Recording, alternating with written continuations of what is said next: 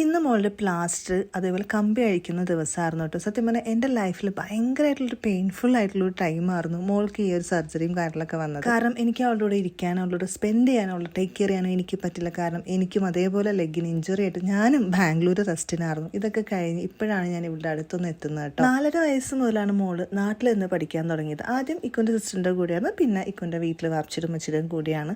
സത്യം പറഞ്ഞാൽ എനിക്ക് അവളുടെ ചൈൽഡ്ഹുഡും കാര്യങ്ങളും ഒക്കെ മിസ് ചെയ്തിട്ടുണ്ട്. But at the same time എൻ്റെ മോളെ കുറിച്ച് എനിക്ക് ഒരുപാട് പ്രൗഡ് ഫീലുള്ളൂ. കാരണം അവൾ ഒരുപാട് ഇൻഡിപെൻഡൻ്റ് ആയി. ഇതിൻ്റെ ഇടയിൽ തന്നെ നാട്ടുകാരുടെ ഒരുപാട് കുത്തുവാക്കുകൾ കേട്ടെന്ന് സത്യം പറഞ്ഞാൽ എനിക്ക് ഒരുപാട് വേദന വന്നിട്ടുണ്ട് കേട്ടോ. അവർ പറയാറുണ്ട് ഞങ്ങൾ മോളെ നാട്ടിലെത്തിയിട്ട് ഞങ്ങളിവിടെ അടിച്ചു പൊളിക്കുക എന്നുള്ളത്. ഒരുപാട് വേദനിച്ച വാക്കുകളാണത്. പക്ഷെ നാട്ടുകാരെ ബോധിപ്പിച്ച് നമുക്ക് ജീവിക്കാൻ പറ്റില്ലെങ്കിലും എൻ്റെ മോൾ മാത്രം അത് ഒരിക്കലും അങ്ങനെ വിചാരിക്കുന്ന ഒരു ആഗ്രഹം എനിക്കുണ്ടായിരുന്നുള്ളൂ. പക്ഷേ എന്ത് പറഞ്ഞാലും അവൾ മുത്താണ്. അവളുടെ കൂടെ ഇരിക്കുന്ന ഓരോ സമയവും ഞാനുള്ള പറഞ്ഞ് മനസ്സിലാക്കിയും അതേപോലെ വെക്കേഷൻ സമയത്ത് അവൾ ബാംഗ്ലൂരിൽ നിന്ന് നിൽക്കുമ്പോഴും അവൾക്കറിയാം ഞങ്ങളിവിടെ അടിച്ചു പൊളിക്കാണോ അതൊക്കെ ഇടന്ന് ഇടങ്ങേറാവാണോ എന്നുള്ളത്. ഈ ഒരു പറിച്ചുനടൽ അവൾ ഒരുപാട് വേദനിപ്പിച്ചിട്ടുണ്ടെങ്കിലും ഇപ്പോൾ അവൾ ഭയങ്കര സർവൈവ് ചെയ്യാൻ പഠിച്ചു. കാരണം നമ്മുടെ സിറ്റുവേഷൻ അങ്ങനെ ആയിപ്പോയി. അവളെ ഫോൺ ചെയ്ത് സംസാരിക്കുമ്പോൾ പോലും എൻ്റെ ശബ്ദം ഒന്ന് വാടിയിരിക്കുന്നതോ എൻ്റെ മുഖം ഒന്ന് വാടിയിരിക്കുന്നതോ കണ്ടാൽ തന്നെ ആൾക്ക് മനസ്സിലാവും എനിക്ക് എന്തോ വിഷമത്തിലാണ്. ഈ ഒരു 12 വയസ്സിലും അവൾക്കത് മനസ്സിലാവുന്നുണ്ടെങ്കിൽ അതുപോലെ എൻ്റെ ഒരു വിജയമാണെന്ന് ഞാൻ കണ്ടിട്ടുള്ളൂ. എന്തായാലും ആൾ ഉഷാറായിട്ടോ ഇപ്പോൾ.